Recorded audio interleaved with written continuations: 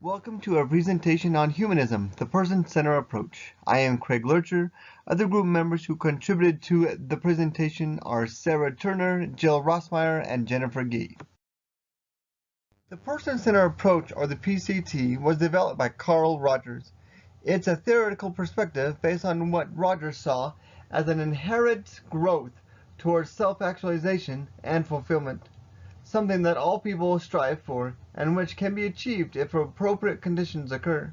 This presentation will provide an overview of the key concepts and principles of humanism, describe how the person-centered approach can be used in practice settings and with diverse populations, and discuss the strengths and limitations of this theory. As I read this quote, think of ideas that you can do as a social worker to improve your humanistic perspective. Humanism emphasizes the client-centered therapist relationship as the key to improvement.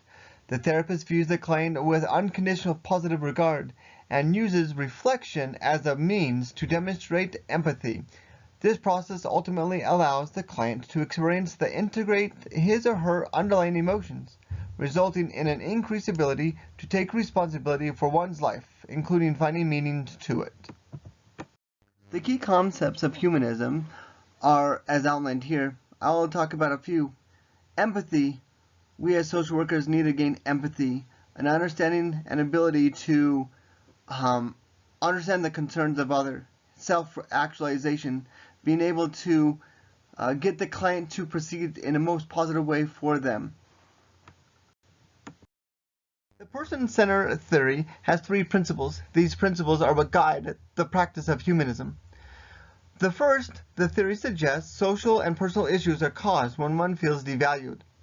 The second principle, suggesting that change within a client is not fostered by techniques, but more importantly by the strength and development in the professional relationship. The final principle, the client-centered theory suggests all people have a natural drive to create growth and change, reaching self-actualization. As previously discussed, as a social worker, it is essential we provide the space to allow clients to go through this process, while also being mindful of the potential barriers hindering clients from being able to experience such an environment.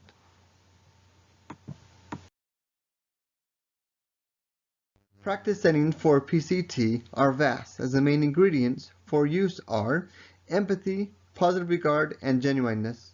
On the part of the professional, PCT is regularly used in clinical psychotherapy, in use with families with children with maladaptive behaviors, and in school and occupational settings to enhance attendance and performance.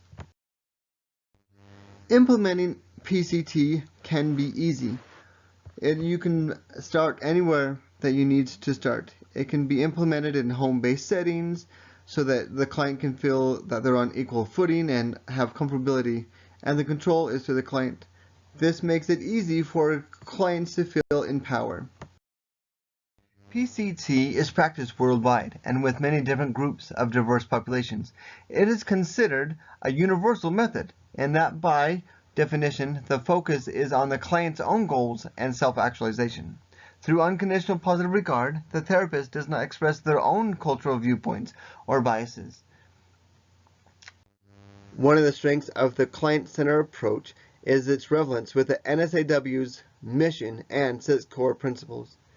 The core principles of service, social justice, dignity and worth of the person, importance of human relationships, integrity, and competence. As a social worker or therapist rely on these 6 core principles, it builds a strength and connection with the client, which helps the client have a self-actualization. Also, this approach is strong and it can go across cultures. It's broad enough that it can apply to different cultures. As well, it can be on all practices of micro, macro, and meso levels. Even though this approach has a tendency for growth, one limitation is that openness could allow for the social worker's biases and life skills to influence the client in a non-professional or ethical way. Also, this is not an established empirical supported treatment. As well, it seems like this isn't a hurry up and fix me type of lifestyle now. So now there's not enough time spent with the client in building rapport.